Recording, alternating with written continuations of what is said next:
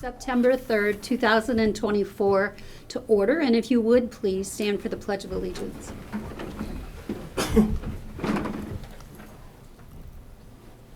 I pledge allegiance to the flag of the United States of America and to the republic for which it stands, one nation, under God, indivisible, with liberty and justice for all.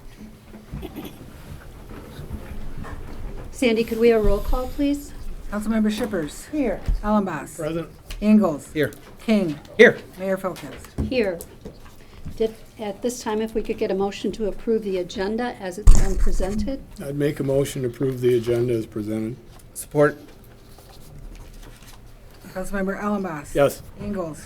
Yes. King. Yes. Shippers. Yes. Mayor Folkins. Yes, motion carries.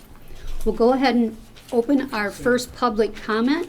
We do ask if you come forward to the podium, if you would state your name, and then if you would write your name and your address for the clerk, that would be very much appreciated.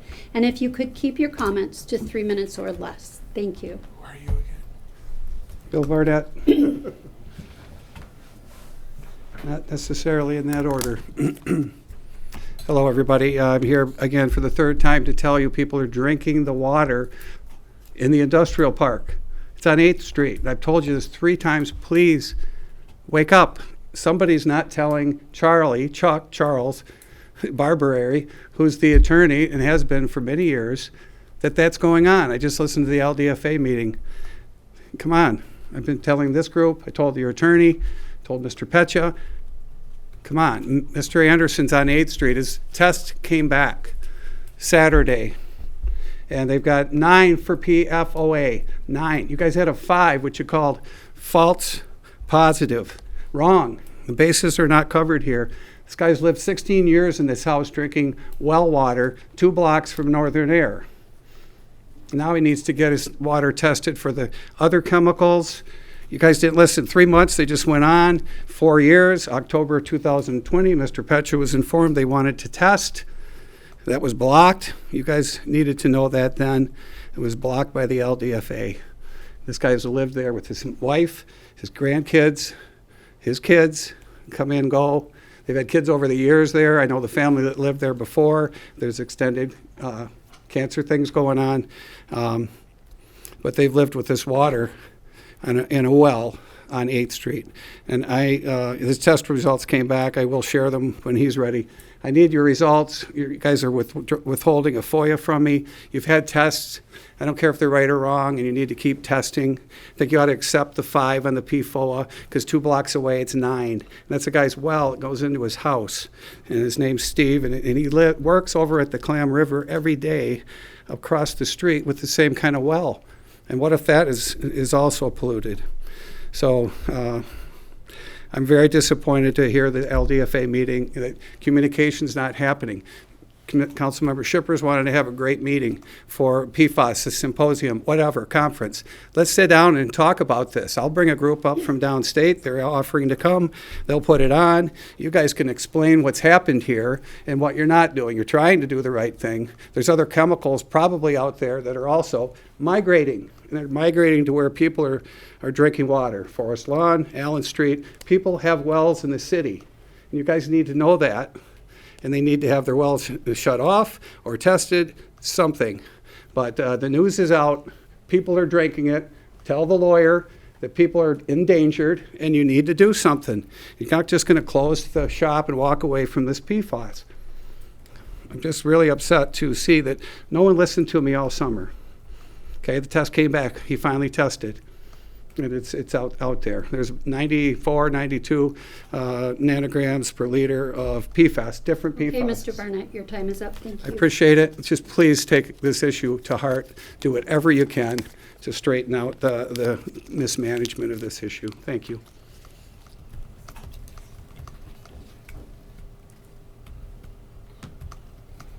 Seeing no one else, we'll close public comment and move to the approval of the consent agenda. This evening, we do have the minutes from our last meeting that was held on August 19th, 2024.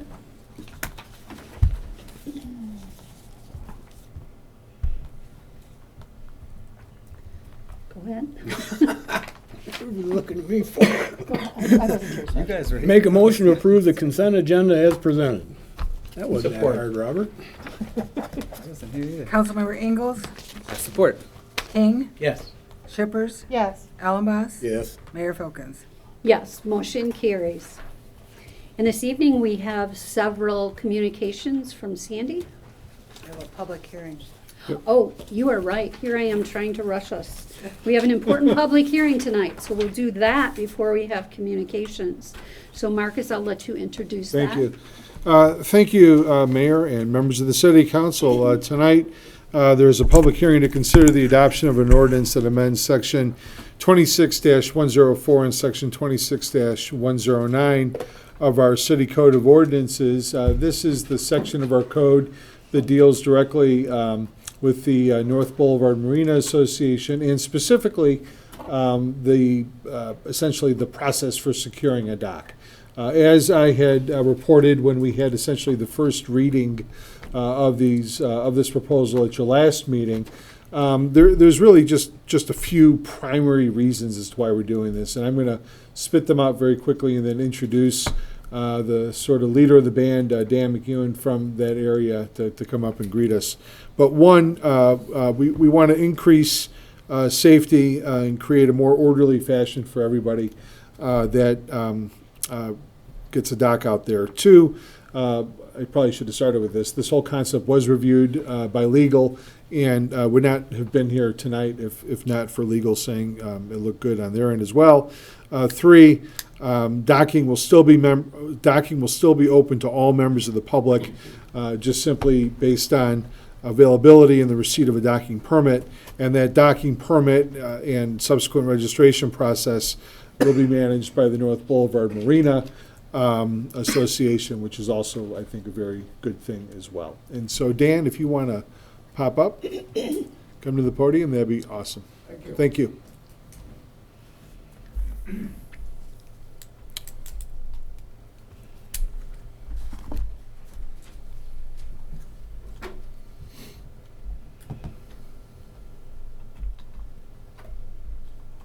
I feel exposed standing here writing on this. You are.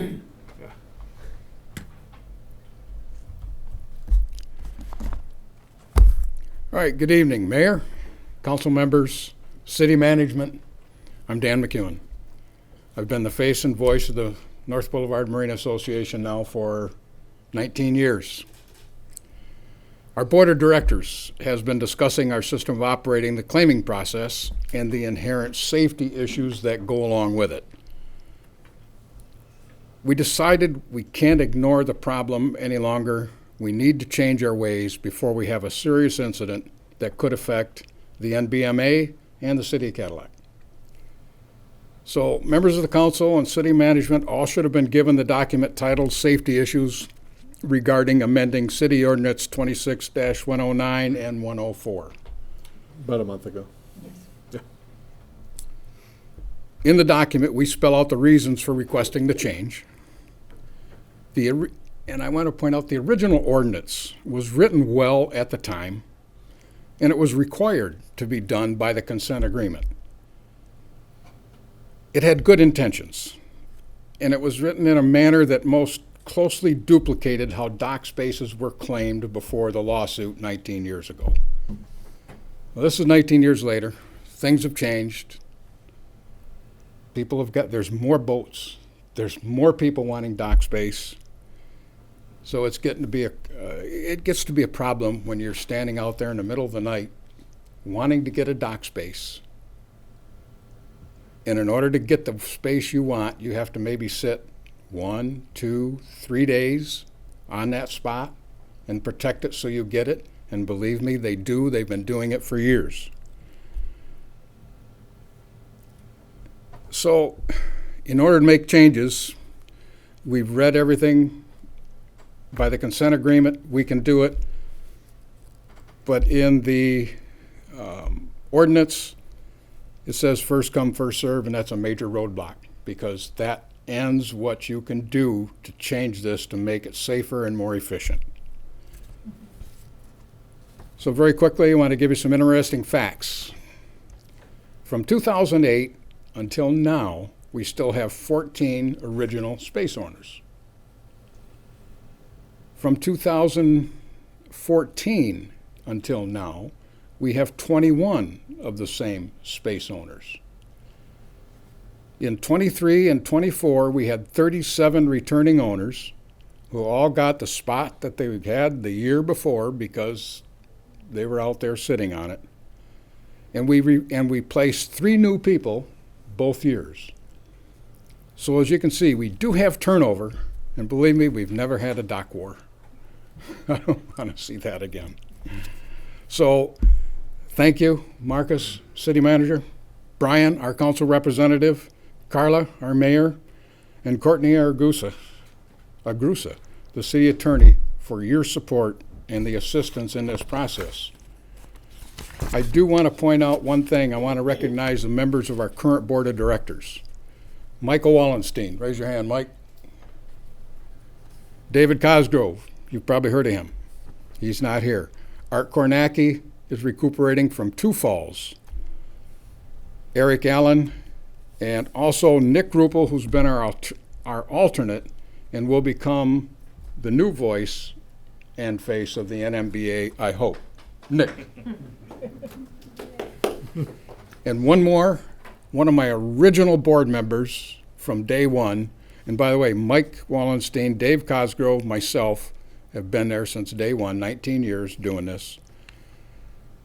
But Dave Sprague is here, and he was an original board member, along with Virginia Mackey. Dave was tasked with getting the original marina permit, and that was his one and only job, and he did that well, and that's why we are here today, because he obtained the marina permit for the NMBA. That's all I have. Thank you. And if there's any question, I'd be glad to come up and answer. Okay, Marcus, did you have anything else to add before we open the public hearing? I don't. Okay. So at this time, we'll open the public hearing aspect, or excuse me, the public comment for this public hearing. And again, if you come forward, we do ask if you would state your name and write your address for the clerk. That would be very much appreciated.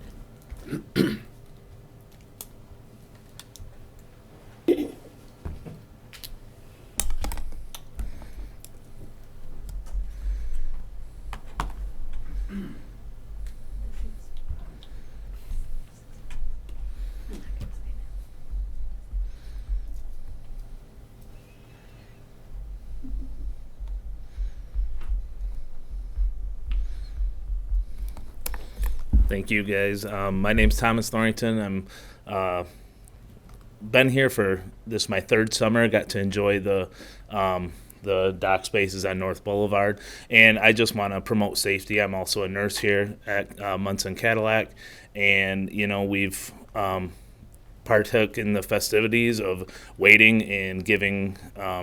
Bringing food to those people that have been sitting there helping out, and it's been getting earlier and earlier every year. It's hard on those people that want to get there and get spaces, and it's just a lot of safety concerns are brought up. I think Dan's done a good job at outlining them, but I just wanted to come here and give my support for a change in the ordinance, and safety is always should be number 1 priority. But also I want to bring up consistency. Having consistent members, as Dan's already pointed out, and allowing those members to be able to access it each year, and having consistent community there also brings safety, because you don't have people coming in from the outside that possibly could not have a sense of community, which we have here in Cadillac. So I think consistency of members of that area would also bring further safety. So thank you. Thank you.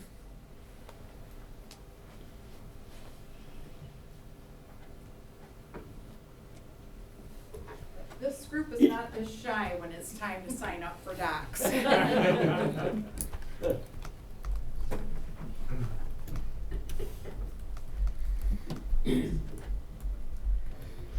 Audrey Van Alst. I don't think that we've been getting the same doc since 2008, but we have been getting the same doc every year since we started.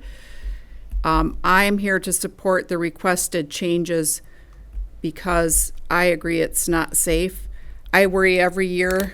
I can see everybody starting to get out there too early, and then my husband feels the need to also get out there too early. It's his job, not mine, because it's always cold. It's almost always snowing. Even after moving the date further into spring, it's almost always freezing cold. It's too cold to be out there for that long. It's not safe. The little strip of land between the road and the lake sometimes gets very, very narrow. And the cars that go by, they can't figure out what's going on. So they're looking, and they're not looking where they're driving. And it is a very real safety concern. And as Dan said, people keep getting out there earlier and earlier. And it is probably 72 hours ahead of when you can actually get something to save your spot. It's not safe. So I'm here to support the requested changes. Thank you.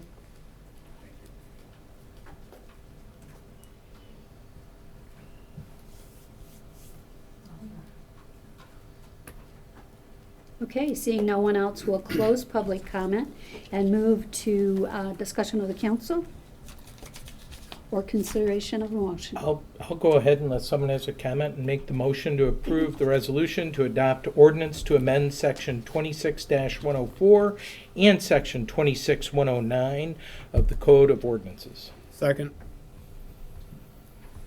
Councilmember King, Yes. Shippers, Yes. Ellenboss, Yes. Ingalls, Yes. Mayor Folkins. Yes, motion carries. Thank you.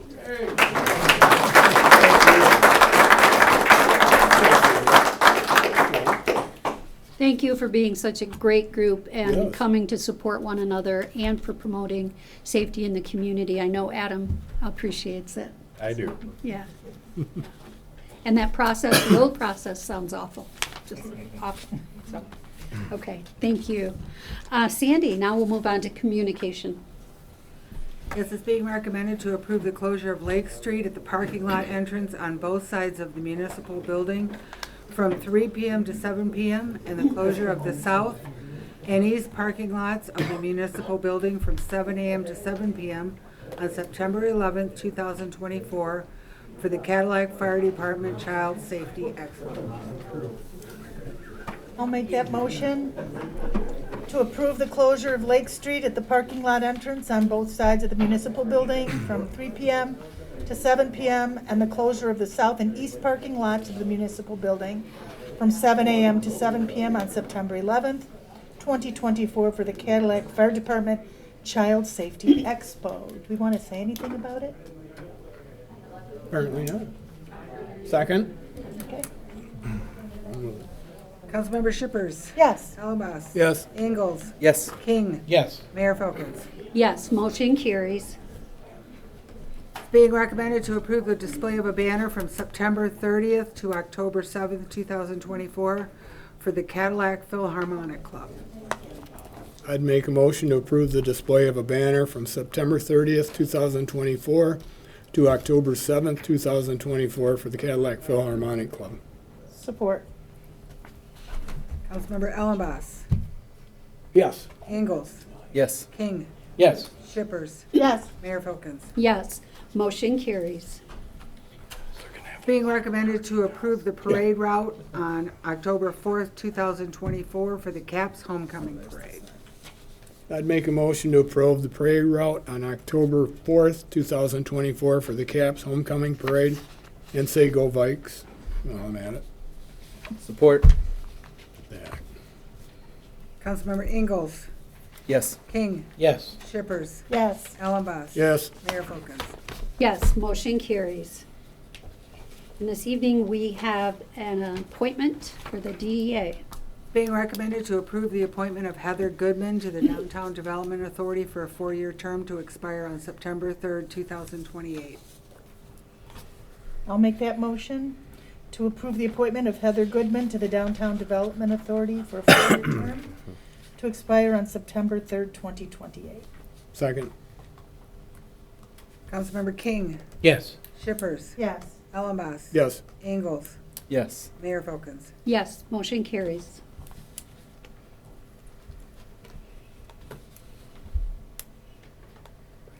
Okay, Marcus, we're on to the adoption of ordinances and resolutions.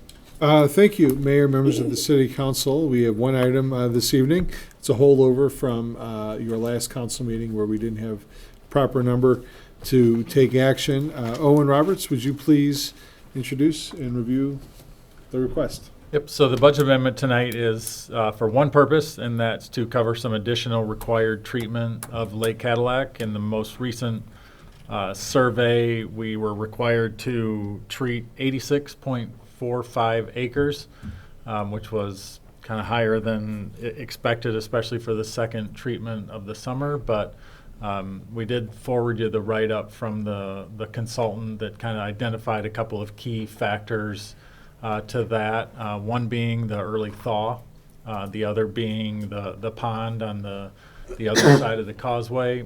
They are currently have been speaking with the DNR about what the options are for that, so that's in progress and report back to you on that. We didn't have to use all of the transfer last year, so it was a little bit less than expected, but this year we want to make sure we build into the budget sufficient funds to cover the recommended treatment and to have sufficient funds to treat again in the spring. So again, this budget amendment was originally on for a couple weeks ago. The treatment now has already taken place, so that we didn't want to delay. Basically, that happened middle of last week on the 28th. And so we do need to make sure we kind of circle back and appropriate these funds. And this should be sufficient funds at this point, at least, to cover what we have now, the costs of the consultant, and treatment in the spring. There was a nice article in the paper today. Yep. And I just want to, I think this all the time and I don't say it enough, but we are, as a small city, we are so lucky to have a really responsible, good local paper. So everybody should be supporting the paper because that information gets out and stuff like that would not be readily available to the public. So, Owen, can you tell how much tell the taxpayers how much extra this is?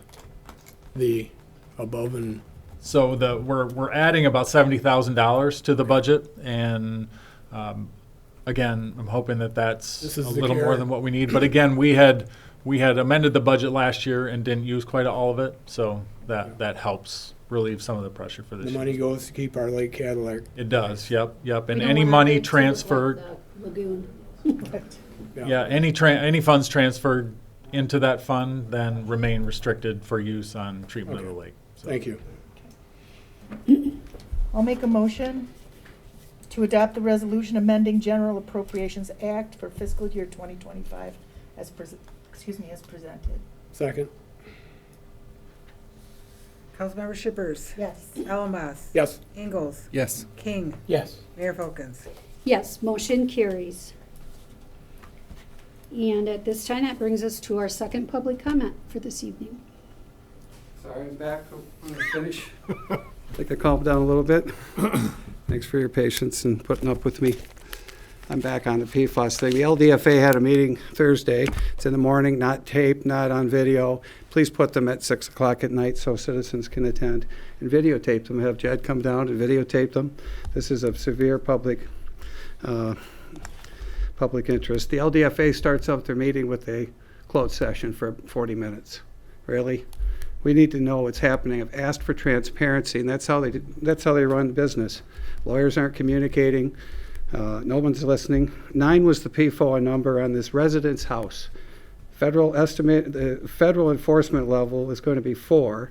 That's what they're shooting for. So they're twice that, and they want 0. The feds do. The state has 8 as a number right now as a limit. This is at 9. What was it 16 years ago when this guy moved in? Got to wonder. And what other chemicals are in there? What other solvents? What other, the TCE? What else is coming over there, migrating? And where is it migrating? Please test all the 18 wells. These wells have not been tested ever. You never once tested in 27 years what's going in to the Clam River with PFAS, and you've known at least for 10 years. And the city's known since 2020 and done nothing. I say city because it's the LDFA. You're appointing them. Marcus is running it. You got the city attorneys. You need a new city attorney, you need it for that. You need a new consultant for that. Get somebody independent. Your advice is terrible. And they sit there and tell us every meeting, nobody's drinking this. There's people all over town, I can figure them out. This guy on 8th Street has a sewer line. He's got a sewer bill, no water bill. Come on. They know he's there. He's right in harm's way. We got a guy and his family and his grandchildren in harm's way for 16 years. And for 4 of those years, you guys knew it was down there and didn't care to check or test or do anything. So you're endangering people. I would please ask you to pay attention to this. Help them pay for a lawyer that will be independent. Get them a lawyer who's trained in Superfund stuff. Get rid of Tech. Get somebody new. They've been around too long. I think Mr. Warner's doing a great job. Thank you for appointing him to this board. Boy, what a breath of fresh air he is. And he's a nuisance, I'm sure, to city staff and the industry, because they don't want to hear about any of this. They want to hear the system's perfect. It's not perfect. And you don't test to find out whether it's working or not. So with that said, come on. Transparency. It's all I've asked for. And all I get is a closed meeting. There's something going on here, and the public has a right to know for their human health, safety, and welfare, and that's your duties as elected officials. Please live up to them. Thank you. Thank you. Seeing no one else, we'll close public comment. And this evening we do have, well, first of all, we'll go to good of the order. Should anyone have anything? Marcus? I don't think it matters on order unless somebody else. It doesn't. wanted to- Okay. Let me just run with it. Did you want to run with it? Well, just Sure. one, do we know when we're going to be broadcasting live again? Yes, it was the first item I was going to talk about. Because a lot of people have talked about that. I know they caught everybody off guard when That's Newsnet shut Yeah, down. sure. But I think, and to Mr. Barnett's comments, the more we can accommodate our citizens with live broadcasts for our meeting, I think it'll help with communication. So during the meeting, I learned that we are actually broadcasting live right now. We are doing it, though, the only way we can for the immediate time, which is through our CCTV website. There is still a link right on our homepage, which is Cadillac-mi.net, to the CCTV website. But you can also go right to www.cctv-cadillac.org and watch the live stream there. There's also all of the meetings archived that are there as well. So we do have calls out to charter. I have no idea, I don't even want to guess how long it may take before they'll be broadcasting again on the charter channel, which of course is only accessible to those people with a charter subscription for cable TV. It was the first thing I was going to hit. Second thing I wanted to hit while the sort of iron is hot with respect to docking is we have another section of our code that we're starting to look at, likely going to be bringing a recommendation forward regarding road end docking in areas outside of the North Boulevard Marina Association, so it would not have an impact on that. State of Michigan over the last decade, let's just say it in that generic term, changed the rules for road end docking. We do have a program. We have very limited use with it, if any. And it's a situation where, frankly, the limited feedback we have gotten from neighborhoods is that they don't really want people docking at the road end. It's where the street and the lake come together. And so we're going to likely bring a recommendation back to City Council to amend the ordinance to just remove that as an option to begin with. So it would also make things easier on our part administratively as well. Third thing was, obviously, we heard a lot from a concerned citizen regarding PFAS, and I will tell you that there's a tremendous amount to sort of unpack there.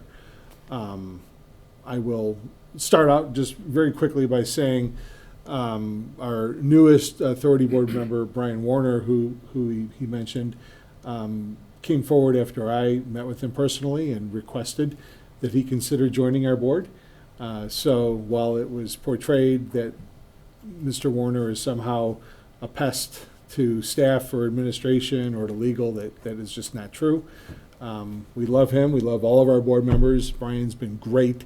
He is an expert in all things environment related, and we are very lucky to have him on the board. And I want to make sure that the public understands and that City Council understands that there is no positioning or repositioning of people against staff or legal or anything of that nature. There are some tests that came out. The LDFA was briefed on them last week in public session. I did send out to City Council and the LDFA this afternoon essentially a summary of that briefing so that everybody can have it. I can certainly talk about it publicly. I might mismatch some of the numbers, but sort of long story short, 170 parts per trillion is the danger zone for putting PFAS into any kind of a surface water location, like the Clam River, like Lake Cadillac. We're at 5. So 170 parts per trillion is danger. You're poisoning the ecosystem. We're at 5. My understanding, unless I'm speaking incorrectly, is that the reporting threshold is 12. Again, we're at 5.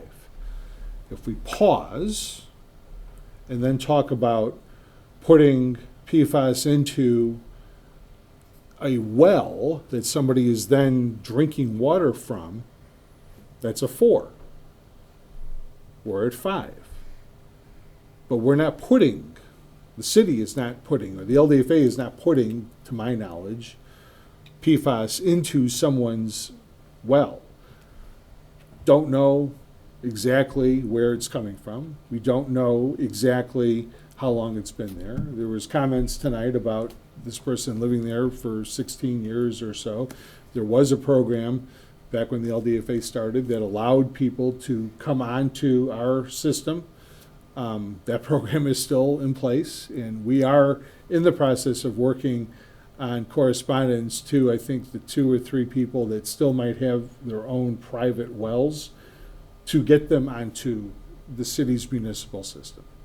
So there's, again, a lot of information that was tossed out without a lot of background context. I think some of that context is in the correspondence that I provided this afternoon, and it's also important to know that with regard to the Freedom of Information Act request, the test results are a part of that request, but the request also involved a lot of other information, which is why the information has not yet been released, because it's still being compiled. So, Thank you for that update. So is it, is to get onto the municipal water system, is that a huge expense for the homeowner? Good question. it could be, and that's something that we're looking at in terms of how best to do that. So, Because I know there are people that. Without a doubt. That would be, and to sure. leave them hanging if our, But if our It industrial. wouldn't be complex- appropriate for me to talk about those options right now. Yeah, So. okay. I guess if, when these thresholds were set, Jeff, would you know how many years ago when these thresholds for PFAS were set? For the number 4, that was this past July. Okay. Before then, it was a lot higher. Again, probably 6 years ago, PFAS wasn't being talked about. Yeah, Nobody knew about it. People knew about it, but it wasn't they a didn't know big it was a concern. forever chemical that was It's going to hurt people. it's a new emerging That's my contaminant. concern is if we're at 4 now and then we finally realize how bad it is, the threshold will be lowered. The Perhaps. the EPA wants the drinking water threshold Right. to be 0. Right. They want as Marcus said, to have it go through the treatment plant and then go into a body of water or something that may be used as drinking water later on. It can be 170 to be discharged to that because there's a dilution factor and all that. Anything above 60, there's a whole bunch of stuff, but anything above like 66, they don't want a community to use that as a drinking water, even though it's permitted. They don't want it to be. So there's several moving numbers here. One's for the discharge and one's for the drinking, so. We're not sure where it's going, but somehow I get the feeling the thresholds eventually will be lowered. Yeah, and eventually there'll be a different contaminant that they'll catch. You know, I mean, we didn't know about this one. It wasn't us. It's not mentioning anything about the LDFA, any of the documentation that sets up the LDFA. This is, again, it's 5 years old, 6 years old. So we're playing catch up just like everybody else. So So- does anything have to be updated as far as the LDFA's purview? You know, when they were formed, PFAS wasn't something that was under their purview. Yeah. So should we update that group? No, not yet. In fact, the only reason why the LDFA is even looking at any of this is because they're going through the exercise with the U.S. EPA to get approval to turn off the testing of one of the wells for contaminants that the LDFA was established to monitor and Yes. test for and clean and whatnot. And the U.S. EPA said, look, as a part of our diligence now, we want to be able to basically check the box that says that PFAS, even though you have nothing to do with it, the PFAS is not an issue. And so the whole area, because it is what it is, being that it's under the LDFA to begin with, is a restricted zone to begin with. And people either had to jump onto the city system or test their wells to prove to us that they're clean. So, you know, we are now, fast forward 35 years, where we are today. Now there's this new thing called PFAS. EPA is saying, can you please verify? And we've been informed that there's 3 properties that are still outstanding that are out there. Why they never jumped onto our well years ago, who knows? But we're going to make sure that they're either on it now or that they can show us a clean bill of health. So, you know, that's what we're all working forward. And it's isn't something that's all done by public committee in a public forum. It's not how the business operates. And so the LDFA is funded at different levels based on the responsible properties. Is that my understanding? And the properties in the Yes. industrial park? Yeah. And so you're saying if like the mayor asked, if PFAS were to come under the purview of the LDFA, it would have to essentially change probably its funding mechanism, which was structured based on the responsible parties for There's a the. lawsuit that Yeah, was. if I can, and Marcus, Sure. you can correct me if I'm wrong. The LDFA is created based on an agreement with the state and federal government for a Superfund site, that there was this pollution, and we knew that it had to be dealt with, so a deal was struck with the government to say, all right, you're going to create this LDFA as part of the resolution of this Superfund site. And here's what we're going to do to clean it up, and here are the levels, and this is the process. So that part can't be changed. That Yeah. doesn't say that if the government comes back and says we want to do something else, that there wouldn't be a separate something to look at that. But the LDFA itself is bound, or there are the corners of the agreement because it was a Superfund site. Am I saying that? You are. And one of the questions I had is so if the apparatus, as the LDFA is shutting it down, because there's a lot of infrastructure in place, were to want to be used for a purpose other than this, it would have to be under a new thing that wasn't the LDFA. But the LDFA isn't necessarily obligated to wrap up with the close down of everything. That close down could be a transfer. If the mechanism of drawing the water up, cleaning it, and putting it back down were to be used for PFAS. Is that Possibly. okay? Possibly. And then my other question is, I know we talked about being online. Is there any plans to record some more of the city meetings, like for any of the other groups that take place during the day, during working hours? We have several working groups, you know, that meet in here that are not recorded.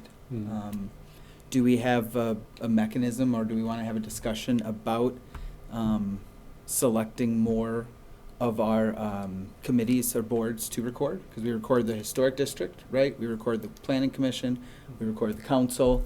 Do we record the ZBA sometimes? ZBA recorded? I'm not You know, sure the Owen? ZBA is recorded, so it's just those I'd three. have to see the, Jed says yes. Yeah. We do record the ZBA, so I believe So- it's those four. So it's, this is the room where we have all the recording equipment. That has been the practice long since before I got here. The DDA and the LDFA are at least two boards that I'm aware of that meet during the day or even early in the morning, and that's the design for that is because the members of those boards want to meet Yeah. basically at that time, given what they do outside of their willingness to volunteer to be on the boards. Absolutely. And so, you know, it just creates that logistic issue. I mean, the meetings are public, you know. Well, and it we makes can- sense that we can't move them to an accessible time or 6 or 7 p.m. at night. But if we're reaching a certain threshold of interest in the boards that are meeting during the day, the only way for people to see them would be for us to record them and post them somehow. Right. So, okay. Okay, Your turn. anyone else? Yeah, one thing, school has started. Stop for school buses. Watch out for kids walking along the road. And if you are a person who either lives with or are a person who is high school age, and would like to be on the Cadillac Mayor's Youth Council, please go to the website and find an application. It's a group of young people whose focus is on issues and events related to youth in the community to increase the quality of life while learning how city government works and getting some great experiences in the community. So if you're interested in that, sign up. We've got 2 new recruits with possible more on the edge, but the nature of it is that every year we lose our seniors. So it's like up and down and up and down. So please come join us. It's lots of fun, and meetings are short and the activities are engaging. And I think it's a great program. I think we need some young people in these chairs after we're gone. Yes. That's what I think. And Be a good I- feeder. maybe your chair too. That's why we do. Watch out what you ask for, buddy. One last thing, I went to the LDFA meeting and Mr. Warner was very impressive. He's like, I was just very impressed. I'm still trying to learn about this, so he was a great addition. And something lighter, of course, we have the Friday night football game. First home game for the Vikes, and I'm proud to say the person I played football with, Tom Gilbert, is being put into the Wall of Fame. So, and along with 7 other athletes, and I didn't get their names, but come to the game, not just cheer for them, the team. You've got the band, you've got the cheerleaders, you've got young people in the stands. It's a great time. Come on out, and we'll hope it doesn't rain. And maybe the Vikings can win one, Marcus. I hope. Yeah, me too. Thank you. Okay, if there's nothing else, we need a motion to go into closed session this evening. I'll make that motion to adjourn to closed session for strategy and negotiation sessions connected with the negotiation of a collective bargaining agreement and to consider material exempt from discussing or disclosure by statute under MCL 15.268H, specifically identified as an attorney-client privileged written legal opinion. Invite Owen Roberts, Director of Finance, and Adam Ochepka, Director of Public Safety. Support. Councilmember Allenboss? Yes. Ingalls? Yes. King? Yes. Shippers? Yes. Mayor Folkins? Yes, motion carries. I'll make a motion that we go back into open session. Councilmember Ingalls? Yes. King? Yes. Shippers? Yes. Allenboss? Yes. Mayor Folkins? Yes, motion carries. Okay. Mayor, members of the City Council, thank you for all of your time this evening. And at this time, it would be appropriate to consider a motion that would approve the tentative settlement agreement between the City of Cadillac and the International Association of Firefighters Local Unit 704 that will update their agreement with the city for an effective period of July 1st, 2024 through June 30th, 2027. And I'll make a motion to approve that agreement as presented. Support. Gotcha. Got me. Councilmember King, Yes. Shippers. Yes. Allenboss, Yo, yes. Ingalls, Yes. Mayor Filkins. Yes, motion carries. And with that, we'll go ahead and adjourn. Thank Yay. you.